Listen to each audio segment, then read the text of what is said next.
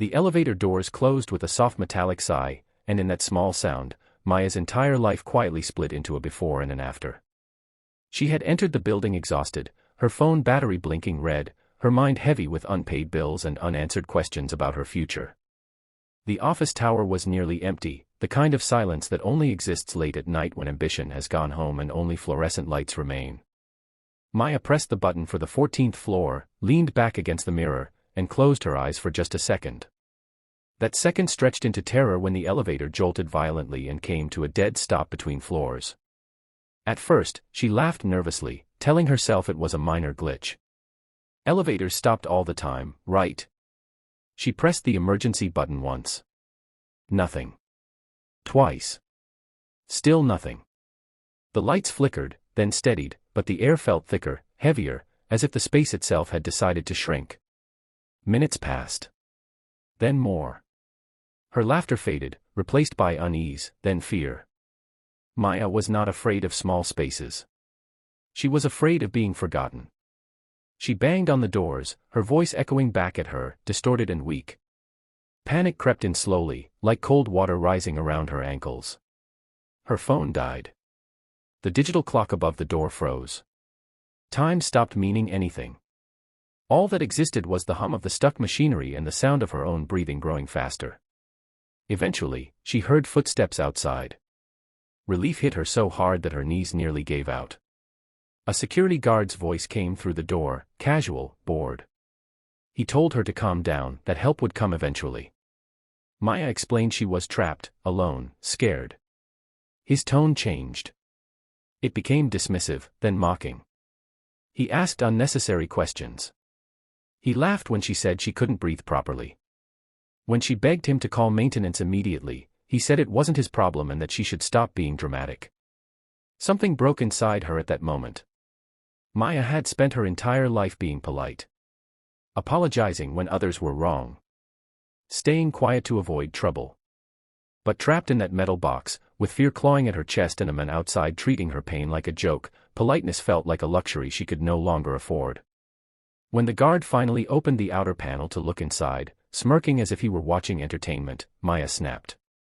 She struck the door with everything she had, her palm slamming against the metal with a force fueled by fear, anger, and years of silence. Her sudden aggression startled him.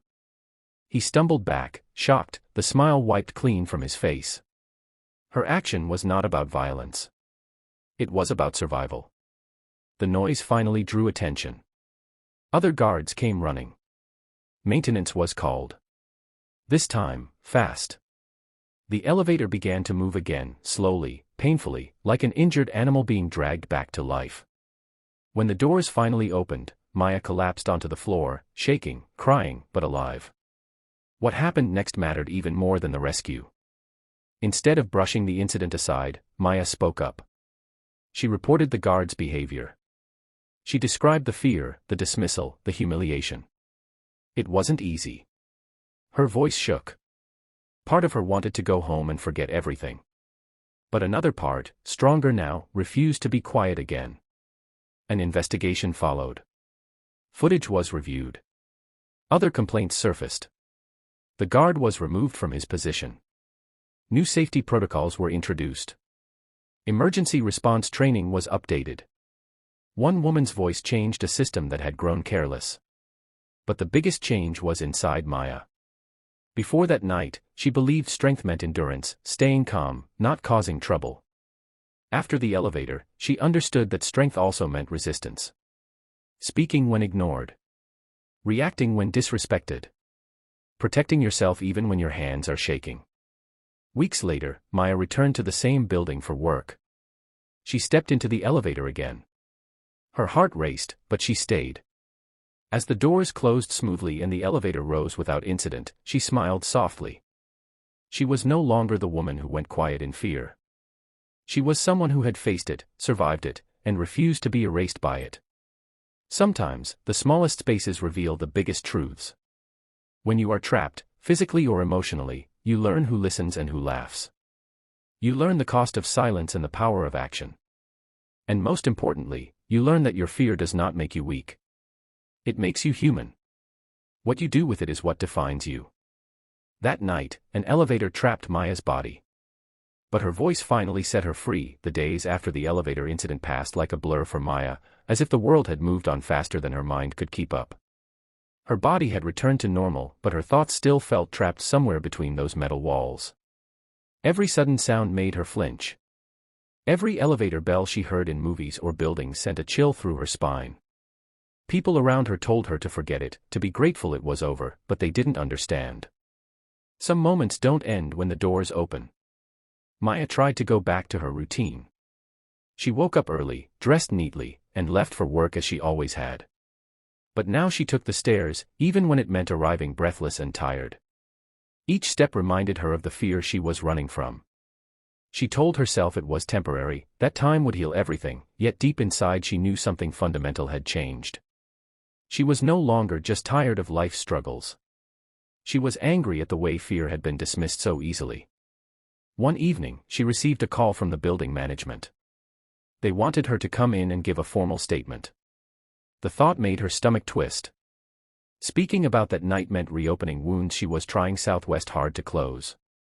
But another voice inside her, quiet yet firm, told her this was the moment that mattered. She agreed. Sitting across from the panel the next day, Maya felt small again. The room was bright, professional, and cold. They asked her to explain what happened. At first, her words came slowly. Then the memories poured out. The sudden stop. The darkness. The mocking tone of the guard. The helplessness of being ignored when every second felt like a countdown. Tears welled in her eyes, but she did not stop. For the first time, she told the entire truth without softening it for anyone's comfort. When she finished, the room was silent. No one interrupted her. No one laughed. One of the managers finally spoke, apologizing in a way that felt real. They told her that her complaint had already uncovered other reports against the same guard. Her courage to speak up had pushed them to take action sooner than they otherwise might have. Walking out of the building, Maya felt a strange mix of exhaustion and relief. The fear was still there, but it no longer controlled her completely. She realized that healing was not about forgetting what happened. It was about choosing not to let that moment define her limits.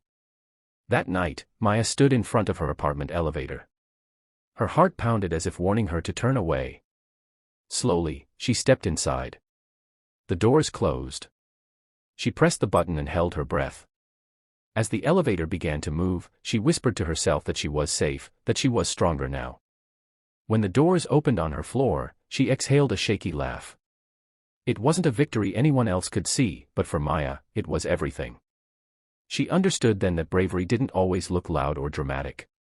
Sometimes, it looked like stepping back into the place where you were once afraid, carrying your fear with you, but no longer letting it decide who you are.